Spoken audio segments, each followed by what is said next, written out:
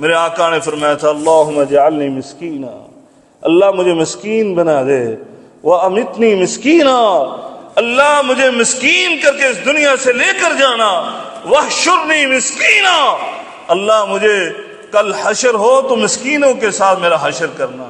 کس لیے پتہ ہے؟ اس لیے کہ مساکین کا حساب و کتاب بہت شارٹ ہوگا۔ یہ امیر لوگ، مالدار لوگ حساب و کتاب کی لائن میں لگے ہوئے ہیں، اور مسکین جو ہے 50,000 سال پہلے جنت کے اندر داخل ہو چکا ہو۔